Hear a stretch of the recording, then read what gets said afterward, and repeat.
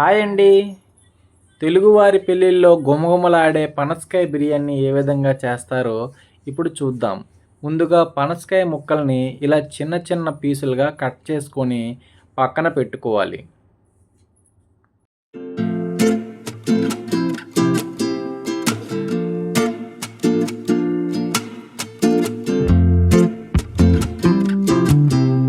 ఇప్పుడు ఈ పనసకాయ ముక్కల్ని ఒక 5 నిమిషాల పాటు నూనెలో వేయించుకుందాం.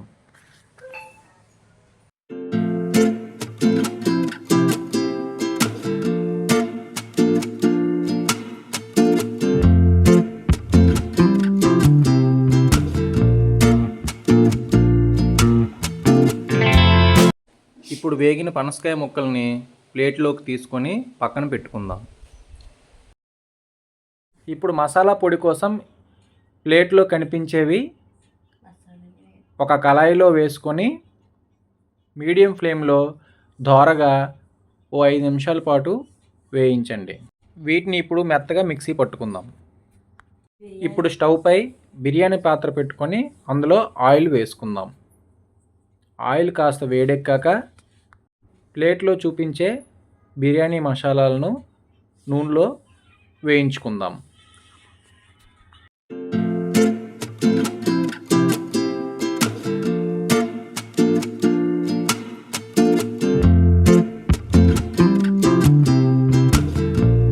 ఇప్పుడు మసాలాలు వేగాక ఉల్లిపాయలు, పచ్చిమిరపకాయలు వేసి ఓ 2 నిమిషాలు బాగా వేయించుకుందాం. కరివేపాకు ఆప్షనల్ అండి, మీకు ఇష్టం ఉంటే కరివేపాకు కూడా వేసుకోవచ్చు.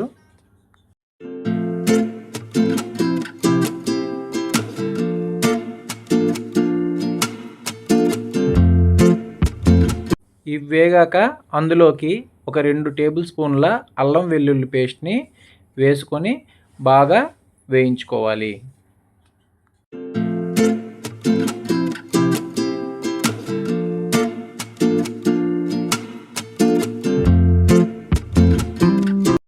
ఇప్పుడు ఇందులోకి 2 పెద్ద సైజు టమాటా ముక్కల్ని వేసి బాగా వేయించుకోవాలి.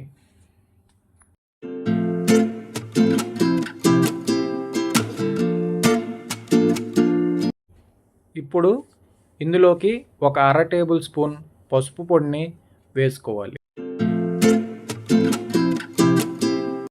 ఇప్పుడు రుచికి సరిపడా సాల్ట్ని కూడా వేసుకుందాం.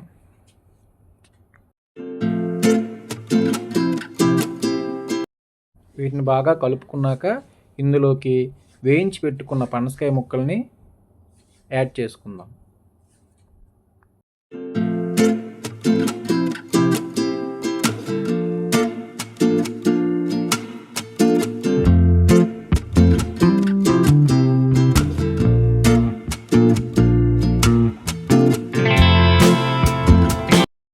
వీటిని బాగా కలుపుకున్నాక రుచికి సరిపడా కారాన్ని యాడ్ చేసుకుందాం.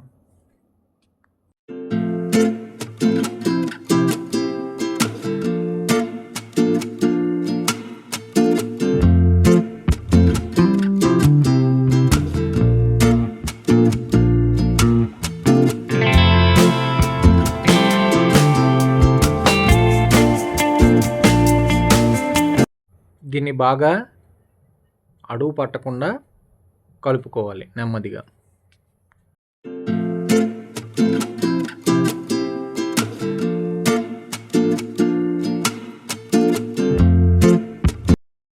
రెండు నిమిషాలు మూత పెట్టి మగ్గనిద్దాం.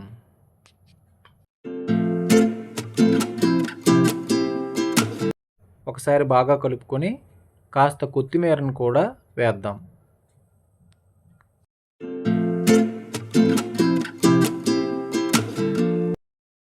ఇప్పుడు ఇందులోకి మనం ముందుగానే మిక్సీ చేసి పెట్టుకున్న మసాలాను కూడా యాడ్ చేసుకుందాం.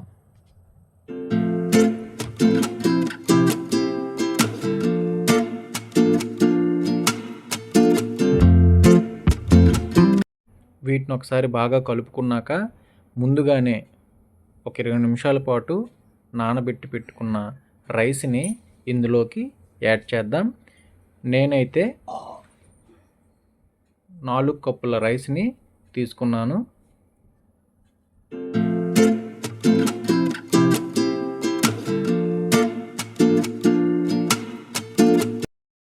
దీన్ని ఒకసారి బాగా కలుపుకున్నాక 4 కప్పులకి 8 కప్పుల నీటిని కూడా యాడ్ చేసుకోవాలి.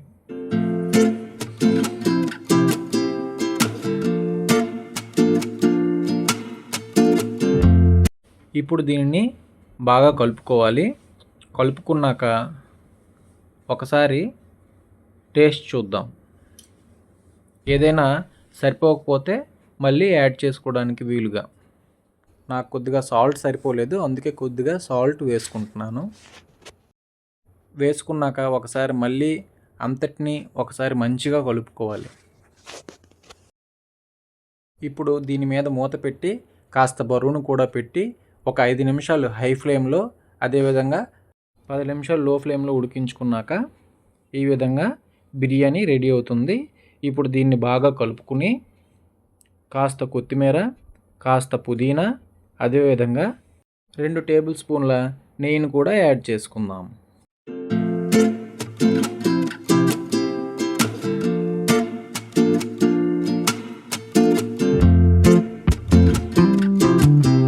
ఇప్పుడు దీన్ని ఒకసారి బాగా కలుపుకొని ఒక 2 నిమిషాలు మూత పెట్టి పక్కన పెట్టేద్దాం. ఇప్పుడు బాగా కలుపుకొని ప్లేట్లలోకి నీట్గా సర్వ్ చేసుకుందాం. అంతే, నోరూరించే పనసకాయ biryani ready. Please like, share and subscribe. Bye bye, మళ్ళీ వీడియోలో కలుద్దాం.